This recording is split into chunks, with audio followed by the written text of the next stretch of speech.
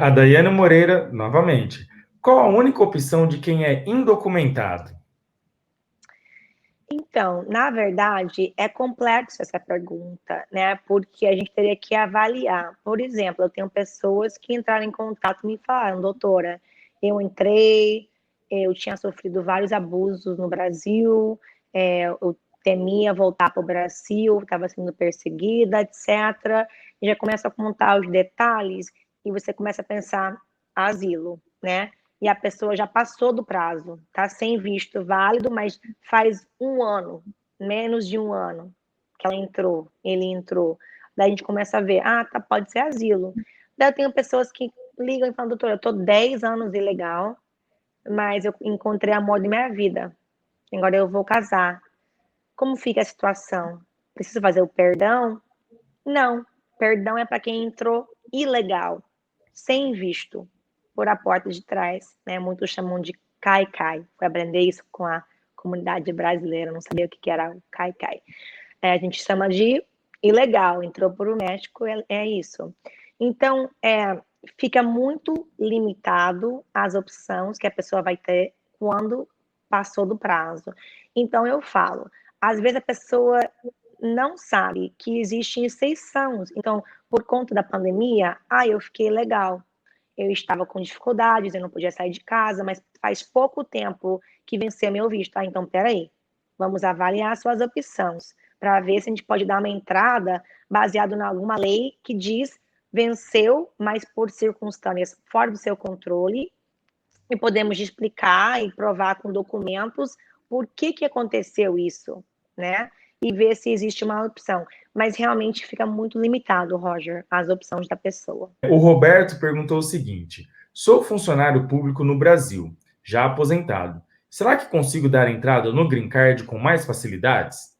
Então, a gente teria que saber qual que é a experiência dele. Então, quando eu penso em Green Card, é uma boa pergunta, porque ele abre a porta para a gente explicar as grandes categorias. Sabemos que existe categoria grande, família. A outra categoria do outro lado é tipo trabalho, alguma coisa com trabalho. Então, quando a gente vai dividir de trabalho, eu penso em 3 subcategorias, né? Na minha cabeça vem aquela pessoa que tem algum reconhecimento na área, não importa qual tipo de trabalho, atleta, polícia, médico, a pessoa que é empresário, mas essa pessoa, na área que ele ou ela trabalha, tem um reconhecimento, né? Essa pessoa já ganhou prêmio, já foi entrevistado, por esse reconhecimento, ganha um salário acima da média, essa pessoa já fez alguma contribuição reconhecido na área, essa pessoa trabalha com alguma organização que é conhecido nacionalmente, trabalha com polícia, hospitais, algumas organizações que são reconhecidos, a pessoa já foi juiz, uma pessoa assim, realmente com conhecimento profundo. Esse é o primeiro que eu penso. Não, eu não qualifico, doutora. Segunda, EB2, já vem na cabeça, né? A pessoa é profissional, já tem um estudo superior, bacharel, 5 anos. Vamos começar a pensar nessa pessoa que é formada na universidade. Tentar trilhar esse caminho. Doutora também não. Tá, então vamos para a EB3. Essa pessoa que é a última subcategoria do EB3 já fala all other workers, todos os demais. Então, você não é uma pessoa profissional, você não tem X anos de experiência, mas alguém quer contratar você. Alguém quer te contratar e você tem essa oferta de emprego. Então, nesse EB3, é necessário ter o sponsor, né? A pessoa que vai te oferecer o emprego. Mas o interessante do EB1 e do EB2, por isso que muitas pessoas estão querendo usar, é que você não precisa ter a oferta de emprego no EB2, National Interest Waiver. É uma exceção, porque você está chegando para trazer um valor para o público americano, o governo americano. Então, eles têm interesse em trazer você. Então, assim, essas são as 3 categorias que eu penso, grande, EB1, EB2, EB3, que vão, se for aprovado, o benefício é Green Card. Tá certo. Por ser aposentado, não tem nada específico. Não. Tá certo. Vamos para a próxima. A Yane Alvarenga. Quando irá abrir o consulado americano do Rio de Janeiro ou demais para entrevistas de green card? Ou se tem chances para ser online? Então, na verdade, já estão abertos, faz tempo, né? Os agendamentos estão indo muito rápido. Então, eu sei que Rio, eu acredito que estava com poucas vagas para dezembro. Mas, gente, isso foi no início da semana. Então, provavelmente só o ano que vem, em Rio de Janeiro. Só que eu vi que em Brasília tinha algumas vagas em outubro. Então, muitas pessoas já falaram, doutora, quero agendar lá, eu vou para lá, não tem problema, mas estão mudando todos os dias, estão indo muito rápido, mas eu já agendei. Essa semana, inclusive, agendamos algumas, mas não foi para, assim, esse mês. Antigamente, Roger, você sabe muito bem disso. Você queria vir através de turismo ou estudante e no mesmo mês você agendava, 2, 3 semanas. Hoje em dia, não. Não existe mais isso. Tá certo. Vamos para a próxima pergunta do Kênio Danilo. Boa tarde, Roger Doutora. Gostaria de saber se eu indo com visto F1 após 3 ou 4 meses da minha estadia nos Estados Unidos, minha esposa e filhas podem me visitar com visto de turista. Se sim, ela entrando no país e após 90 dias, caso ela se adapte, posso trocar o status delas para F2? Sim, então assim, o F1 é a pessoa que vai estudar e o F2 é dependente, que seria para crianças menores de 21 ou cônjuges, né? Esposa, marido tá casado no papel. Eu gosto de citar um detalhe importante que muitas pessoas fazem um pouco de confusão. Aqui, união estável não é considerado, então teria que ser casamento no cartório, né? Tem até alguns estados que aceitam, mas imigração não. Teria que ser o casamento no cartório. Número 1. Número 2, se ele já foi aprovado com o F1, eu aconselho já ir no consulado e pegar o F2, porque só tem que provar o vínculo, que é filho, menor de 21, ele já foi aprovado, leva os documentos dele e pronto. Porque com o F2, se ela quiser entrar e sair, ela não tem compromisso de ficar aqui. Como ele falou, caso ela não se adaptar, ela não tem compromisso de estudar com F2. Ele tem. Então, eu acho prudente ela fazer uma avaliação e agendar para fazer o F2. Tá certo. Até porque se ela mudar aqui o status, ela não vai poder ficar entrando e saindo, né, doutora? Exatamente, porque quando ela muda o status, né? Daí o que acontece? Ela tem que esperar a aprovação do F2. E isso pode demorar 5, 6, 9 meses. Tem pessoas que me ligam que falam, doutor, eu tô aqui. E outra coisa, isso é muito mais caro, Roger. Eu gosto de deixar transparente. Ela vai ter que fazer uma extensão do visto, do B2, porque há 3 anos atrás, foi em 2017, mudou todo o procedimento do estudante que faz a troca de status dentro dos Estados Unidos. Você tem que manter o seu status atual válido até aprovar o F1.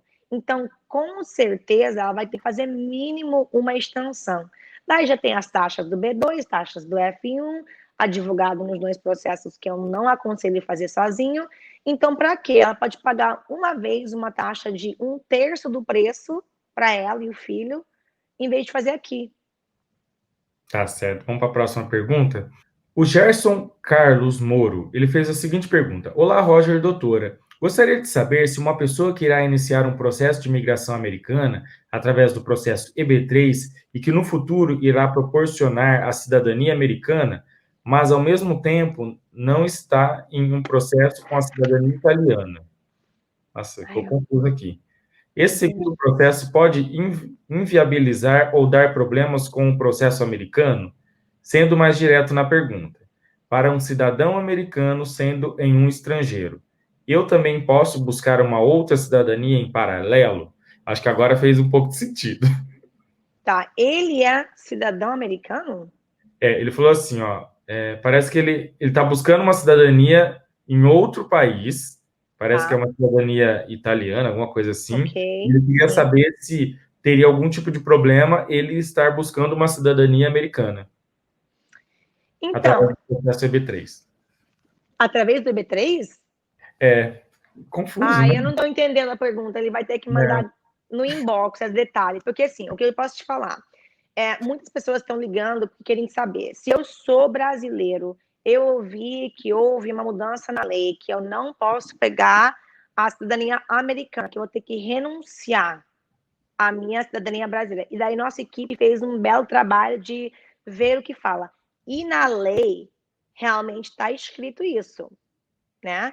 Então, mas na prática, nós sabemos que temos muitos clientes que têm mais do que duas cidadanias, brasileira, italiana e americana. Então, eu acho que se está escrito na lei, vamos pensar assim, algum dia poderia dar problema. É. Talvez hoje não tão em cima, né? Mas poderia, talvez, em algum momento, você ter um problema. Agora, muitas pessoas perguntam sobre a cidadania italiana, que querem saber do E2, mas eu acredito que não era a pergunta dele.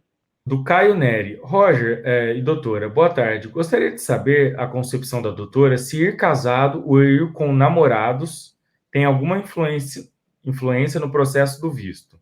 Outro ponto, se tem algum limite de valor máximo para levar sendo o visto de estudante e a nossa prioridade. Sim, então a gente sabe que, independente, quando você vier, até eu que sou americana, se eu vou trazer mais de US$ 10.000, quando você tem essa pausinha no aeroporto, né? Você tem que declarar esse dinheiro, tá? Então, muitas pessoas falam, tá, mas se eu tiver uma conta no Brasil e eu estou fazendo as transferências mensual, tem algum problema? Não tem, porque a conta é sua, você pode abrir uma conta aqui, porque muitas pessoas não querem trazer o dinheiro, outros querem trazer um valor, mas não querem passar daquele 10.000. Então, até 10.000 você não tem que declarar, não tem nenhum problema, você pode trazer. Segundo, essa é uma pergunta bem complexa, né? Sobre se eu vou vir com o meu namorado ou meu marido, como que é visto? Porque cada agente de imigração, seja no aeroporto, na entrada, ou no consulado, na embaixada americana, eles têm a discrição, né? O poder total de pensar e ver. Essa pessoa, baseado no que eu estou vendo aqui, no que eu estou ouvindo, essa pessoa é um alto risco de não voltar. Então, muitas pessoas falam, ai, mas eu quero só ir para Disney com minha família, será que eu vou ser considerado um alto risco? Eu acho que quando você prova vínculos fortes com o seu país de origem, isso não, eles não se preocupam tanto com isso, né? Primeiro, porque namorado você não vai na entrevista com ele, porque ele não é familiar, né?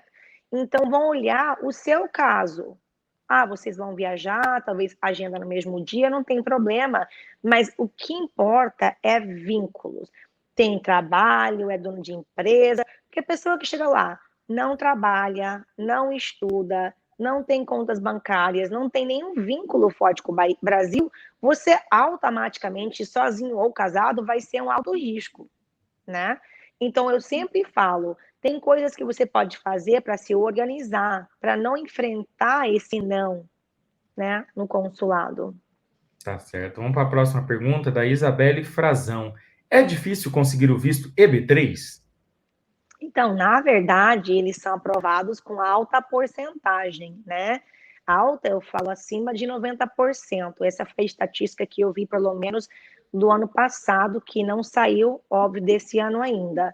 Mas são aprovados com alta porcentagem, mas são burocráticos. Então, eu falo isso porque muitas pessoas querem um resultado rápido, querem aprovação, já querem trabalhar, então eles desistem de fazer o B3, tanto empregador como o futuro funcionário, porque é uma coisa que vai demorar mínimo 1 ano até 2 anos. Se você cair na auditoria de DOL, esquece, já foge, né, do prazo que você imaginava. Essa pergunta aqui do Gilial de Lima é parecida com aquela outra do F2, tá, doutora? Tá.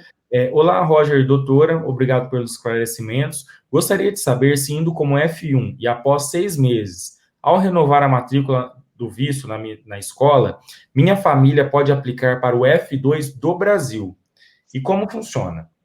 Sim, então, isso seria o caminho que eu indico. Sua família já vai vir com o F2, eles podem aplicar, deveriam aplicar do Brasil, se pretende já ficar um tempo aqui com você, e daí você vai ter a aprovação que você recebeu de imigração, e esse documento você vai passar por e-mail, nada tem que ser original, tá?